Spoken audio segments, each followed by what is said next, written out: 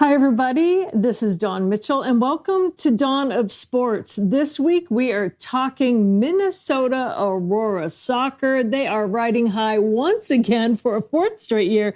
We're going to hear from defender Annie Williams coming up.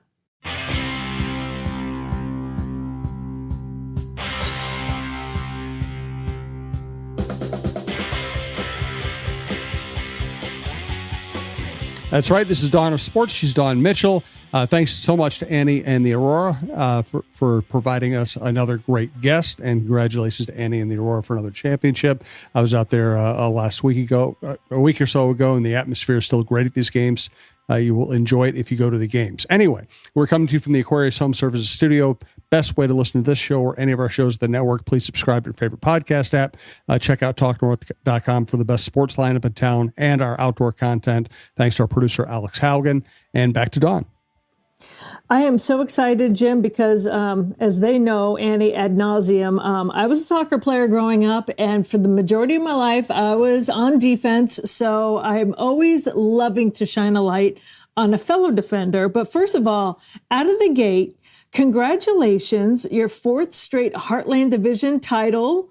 Won last night with that 1 point, with that 1-1 draw, your fourth straight trip to the playoffs, and you still have a home game to go. Annie, welcome to the podcast. That's awesome, isn't it?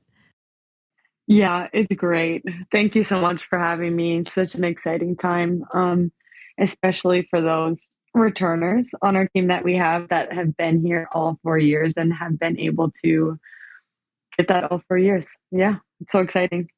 Well, I know you're from Cottage Grove, and I know you have been playing soccer all over the globe, literally. Like, I want your frequent flyer miles, but this is your first year with Aurora. What were your expectations? And then now that you're here for your first season, how has that matched your expectations coming in? I would say it's been an interesting but amazing transition for me. I think that coming in to a pre-professional league, going from playing professional to playing pre-professional, I had some doubts in my mind of how the transition was going to be for me, how training was going to look like. But as soon as I got there on day one, everything Aurora surprised me with how professional it actually was. And I even noticed too, the environment, the resources, the fans, everything about it has been more professional than some of the clubs that I've even played at. So I think transition-wise, it was absolutely amazing. Being able to play at home has been such a blessing for me, and I could not ask for a better summer season with the Aurora. Well, I also want to congratulate you on your pro career, because I'm going to let everyone that listens to this know just how well-traveled I don't even want to call you a well-traveled veteran because you're only 27, but 2 years in Italy, 2 years in Sweden, 1 season in Iceland, and a season in Costa Rica. Have I missed any country that you have played in? When I was seeing every place that you played professionally, I was like, this is amazing for a woman coming straight from South Dakota State in Cottage Grove. What a career you've had. Congrats. Thank you so much. It's been very interesting and rewarding to be able to travel all the different places playing where I love. Well, no slouches of countries either, right? When I was looking, I'm like, oh, Italy, 2 years. Oh, that was probably really hard to eat the Italian food and deal with the lovely Italian people. Sweden is gorgeous when it comes to soccer weather. Iceland is gorgeous, and you're not there probably at the worst time of the year anyway. And then probably no one's feeling sad for you with Costa Rica, but I bet you it prepared you for the heat yesterday, right? I'm sure it got you ready playing in that kind of environment. Which was your favorite? I think I've had to answer this question a lot, and I would say sometimes it changes every single time. Really? I would say, my goodness, Italy soccer-wise was so fun. Being able to play in Serie A was such a dream moment that I wouldn't have even known existed when I was young and growing up and playing soccer.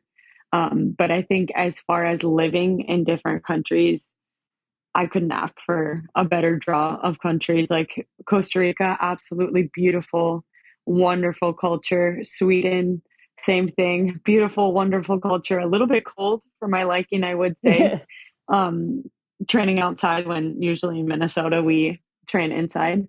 And Oof. then, yeah, Italy has been, yeah, one of my favorites to experience new things, travel, take trains when I don't take trains coming from Cottage Grove, Minnesota. So having all those experiences from the first time and learning new cultural things and new languages has been very fun. You know, earlier in the season, I was talking to your head coach, Jen Larrick, who herself has been all over the globe playing soccer. And she was telling me about, yes, it's all football, soccer, whatever you want to call it, but there's so many different styles of playing when you go to these different countries. Have you found that to be true?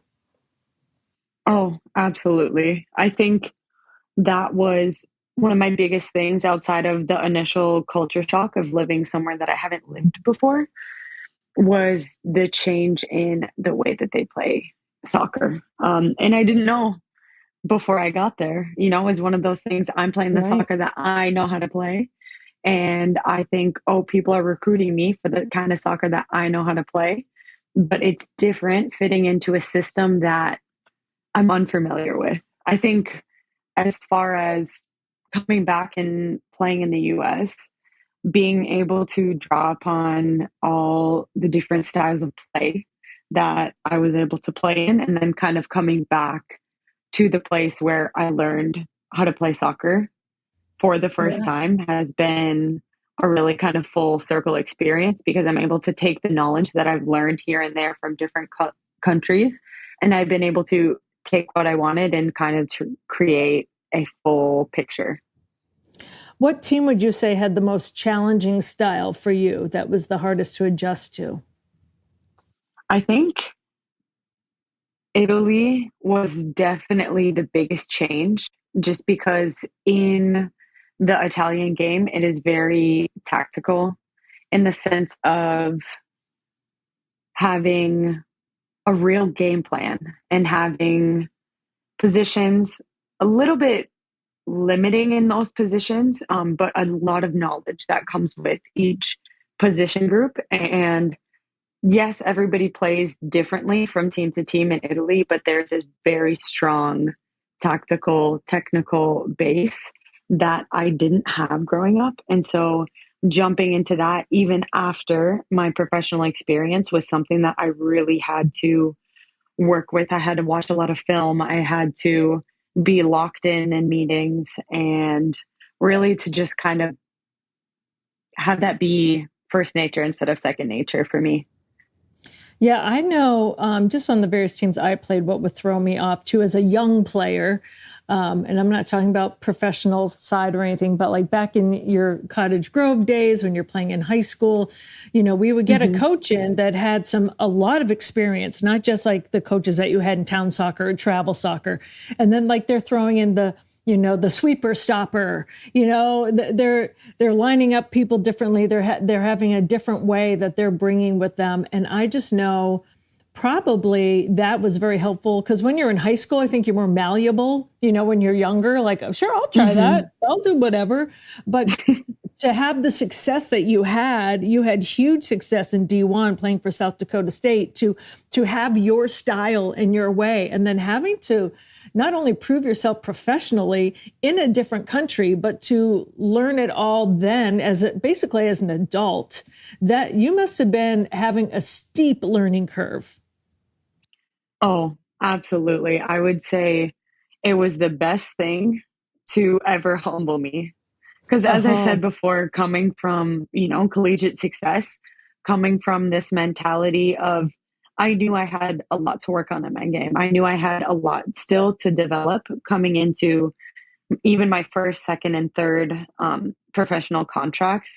But knowing that I needed to open my mind and be coachable and be willing to learn, be willing to try and to fail really changed the trajectory of my career and helped me to be open to coaching points, to little things, whether it's a direction, move 2 steps to the left this time, open your hips. Instead of looking in the middle, look outside, or vice versa in these certain moments. I think being able to pick up on those little things and always watching and seeing, okay, what is the game giving me, has been that extra edge that at first had to be met with a lot of humility from me, has become my biggest confidence, I think. More with Annie here in a second. Great conversation as always. We do want to take care of the business, starting with Natreum, Natreum, Natreum.com. I recommend going to the big store in St. Louis Park, checking out what they have. Then you can order everything at Natreum.com. And when you do that, use the promo code TalkNorth15. TalkNorth15 will get you 15% off your purchase. I'm using it because I use their balms for muscle arthritis and tendonitis relief. I use their oil for gut health. I use their gummies and other stuff just for fun. And I love their sleep aids. And they even have stuff that'll just help you de-stress. If you're, I know there's some people in my personal life who don't really like speaking in public. Sometimes you take something like this, it just takes the edge off, helps you get through that. There's so many things that can help you in your life, or can just help you have fun. So go to Natreum in St. Louis Park, or go to Natreum.com, use the promo code TalkNorth15. I want to thank another great Minnesota company, Minnesota Masonic Charities. We'd also like to thank Lexus of Wayzata and Maplewood. Hey, Rosie here for Lexus of Wayzata and Lexus of Maplewood. If you're in the market for a new luxury vehicle, look no further than my good friend Charlie Swanson at Lexus. Whether you're on the west or the east side of the Twin Cities, they have got you covered with 2 great locations, Lexus of Wayzata and Lexus of Maplewood. Check out the all-new Lexus TX, a spacious SUV with 3 rows of seating and plenty of room for all your gear. Head over to LexusofWayzata.com or LexusofMaplewood.com for details and to find your next ride today. We also want to welcome and thank 10K Construction. Randy Shaver here. I'm bringing back Shaver's Prep Football Podcast beginning the end of July. Every week, we'll dive into the best of Minnesota high school football, and I'm proud to say we're now powered by 10K Construction, Minnesota's go-to guys for roofing, siding, decks, windows, and everything in between. After severe weather hits, they'll even come out and give you a free, honest inspection to make sure your home is in good shape. Schedule your free honest inspection today at 10kconstruction.com or call 763-200-6064 for more information. That's 763-200-6064. The land of 10K Construction. Well, back to Dawn and Annie. All right, so we're talking with Annie Williams, Minnesota Aurora defender, if you're looking on the roster, number 55. Annie, let's go back a little bit. We know that you were a huge star at Cottage Grove, but when you decided to go to the South Dakota State, some players want to stay in state, right? So you went out there, and man, your resume, and for those who are listening right now, I don't think we have time to list all of your accolades that you got there, but you are the second player in Summit League history to be named the Defensive Player of the Year in back-to-back years, 2017, 2018. That's not just month, where you've had plenty of those, Defensive Player of the Month or this and that, but to have the Defensive Player of the Year for the Summit League in back-to-back years, it's hard to get it the first time, but then to repeat. Did you feel that pressure, in 2018, or you're like, I'm just playing my game and having fun? How was that for you? I think the accolades that I received in my junior and my senior year at South Dakota State really came from the work that I put in my first 2 years and kind of the adversity that I faced in being able to push through and find a way to play in college. So as you know, I'm from Cottage Grove. I played with my hometown club until my last year of high school. And then I switched to a bigger club in Minnesota. And at that point, I kind of came to the table and I was like, okay, I want to play college soccer. So I was pretty late in the recruiting process and I was looking everywhere. I had, as they tell you when you're figuring out what school you want to go to, dream big. And so I dreamt big. And will have to tell you, South Dakota State was nowhere near on the list. And so as I'm choosing these schools, I'm thinking, okay, what if it could happen? But time just kind of flew by as I was looking and as I was trying to make contacts. It was just the time of year where I just got a bunch of no's. And it almost felt like the doors were closed right in my face. And so I had this moment of growing up, which a lot of kids have when they're wondering, okay, can I play at the next level? That was the question of, am I going to be able to do what I want to do? And so it wasn't till my senior year, the winter of my senior year, that I went to a camp at South Dakota State because I have the most supportive parents ever. I told them, hey, mom, hey, dad, I don't know if I can, but I want to play in college and I want to play Division I. That is going to be my challenge and that's going to be what I work for. And they were really supportive. They were like, okay, come go to this camp and we'll go from there. And that's exactly what I did. I was the very last signing in my recruiting class. And 6 months later, I was in college. So it was kind of one of those things to where I didn't know why I was at South Dakota State. And my freshman year, I struggled to get minutes. I was playing out of position and I was kind of faced with that situation where a lot of us who go to college are faced with of, you're not the best anymore. You might not even be close. And so my first 2 years, I really had to struggle. I had to work. I had to be honest with where I was in my talent. And I had to think about what would get me on the field. And so I would say going through adversity, my freshman and sophomore years really helped me to kind of work on the skills that I didn't have before, maybe develop my game in new ways that I didn't think about because I wanted to be on the field. And with that kind of came this joy, this loving of the process that carried into my junior and senior year. And I have to say, I didn't do anything different for those 2 years. I just continued on what I had been building. And I think for me, that was the biggest reward to be able to have something that I started building from freshman year, from the second I realized, okay, I want to play more. This isn't what I want yet.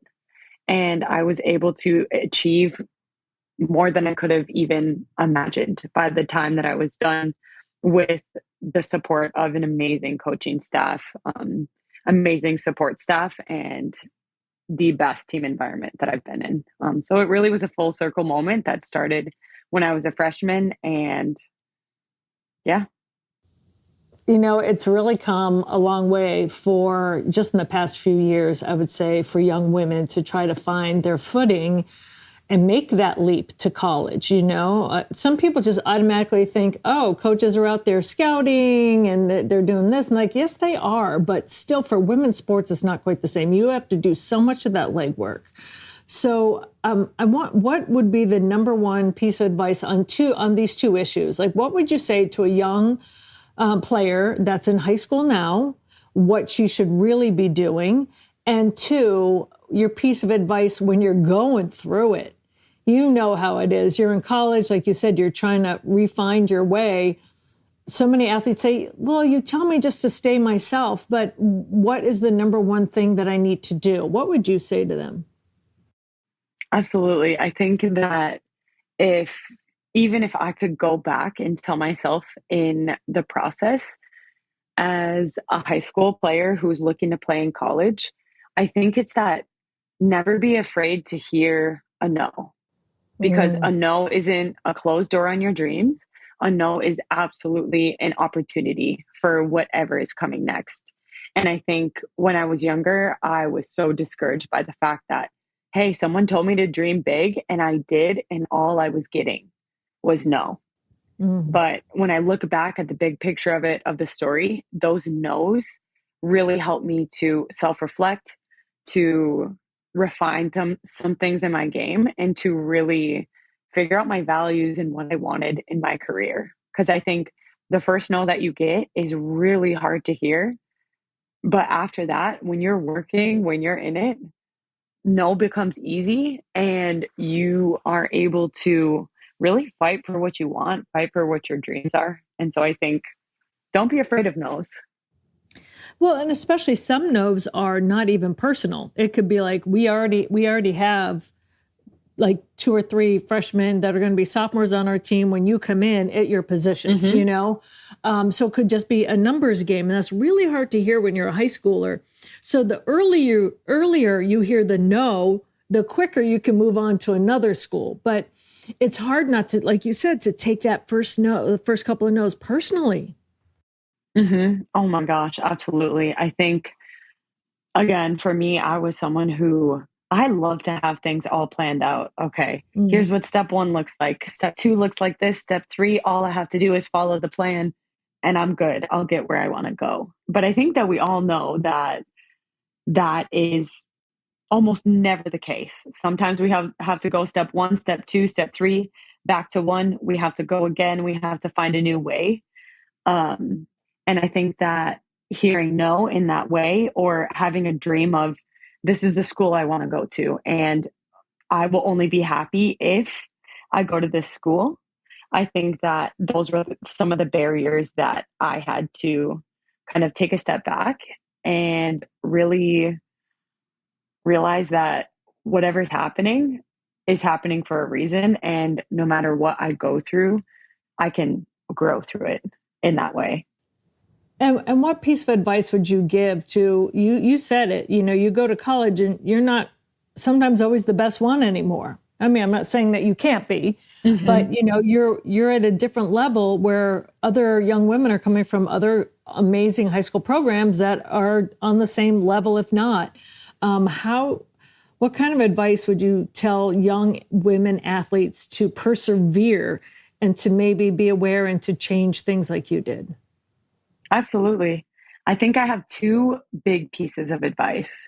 One is going to be love the process. I heard it when I was in college with the South Dakota State head coach, Brock Thompson. He said, love the process, trust the process. And I think when I really bought into not winning championships, not winning Defensive Player of the Year, none of the accolades and awards, but when I bought into the day-to-day work and when I started to find joy in the little things of doing the things that I loved with my best friends that I met in college, that's really when I found success. And so whether it's the mundane, everyday practice where you feel like doesn't matter as much, if you can enjoy those moments, whatever comes next, you will absolutely be able to enjoy, and you will absolutely be able to be in the moment for those things.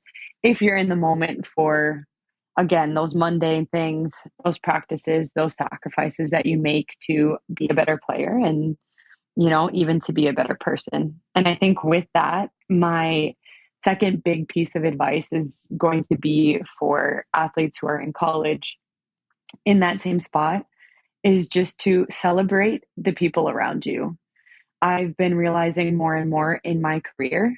So when I started off as a freshman, I had that shock of like, you're not the best one here.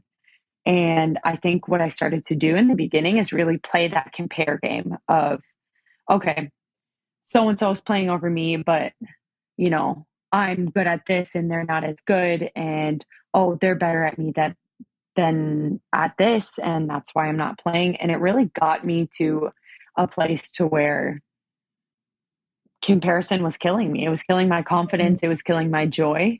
But through a great soccer environment that I was in and the people that I was around, I actually learned to celebrate all of the good qualities, all of the, strengths and weaknesses on our team, and to be able to say, okay, if my teammate who's in the same position as me does well, I'm so happy for her because it makes our team better. Yeah. If this person is playing over me right now and she has a great game, I'm so happy for her because my journey is my own and hers is her own. And nothing good comes to me from my teammate failing. And I think the other way around too, of when my teammate wins, I win. When our team wins, I win as well. And I think that realizing that throughout my college and professional career has really allowed me longevity in my career and has helped me to build friendships and to feel empowered even in moments to where I'm not getting the starts that I want to. I'm not getting the minutes. I'm not getting the accolades. So, Wow, that is such sage advice, not only for your own personal game, but just a gift that you give others. And just imagine now that you bring this to Aurora with a lot of, young women that are just trying to find their way still. Why did you decide, okay, now that I'm back home, what was that decision to say, I still want to play and some people would have their ego and be like, I'm done. I'm hanging it up. I'm not even going to play at all. What was that like for you?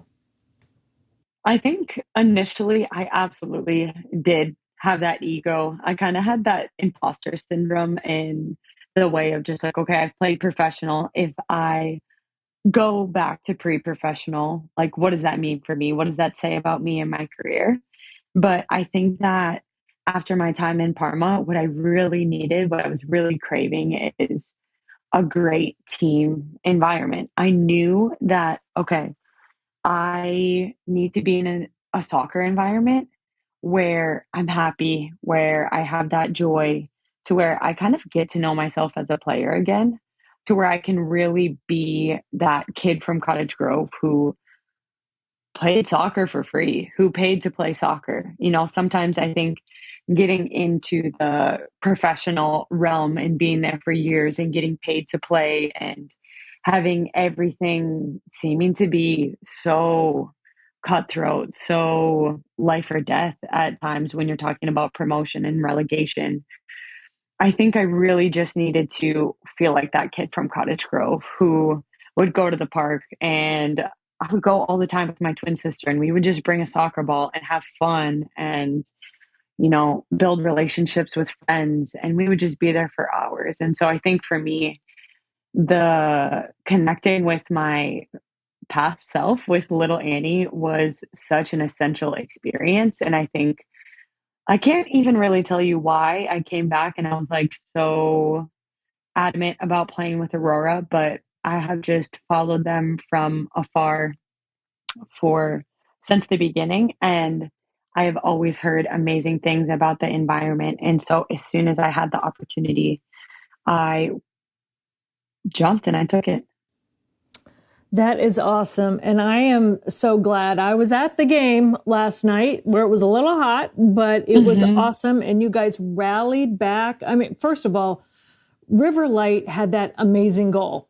No one could have saved that. That was just an unbelievable goal by them. So to not let it get you guys down, to have the wherewithal to come back and end with a 1-1 draw.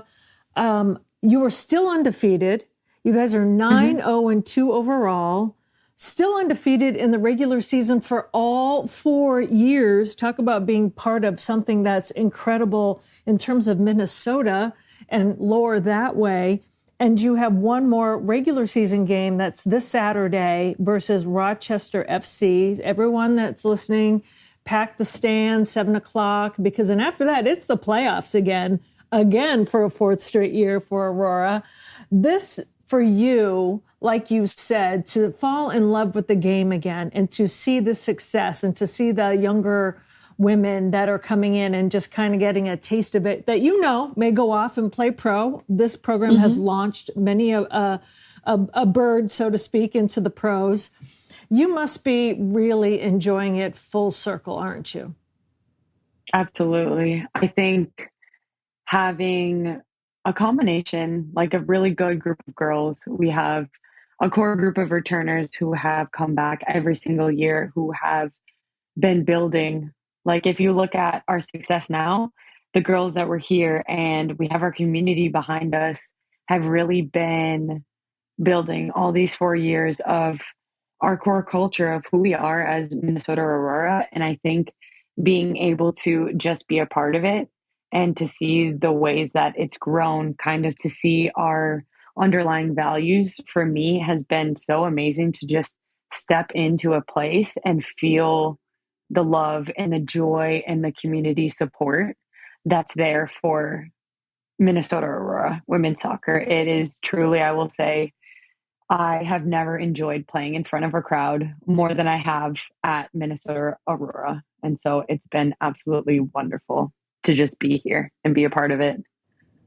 Oh, that is so amazing to hear. And you are such a gift to the program.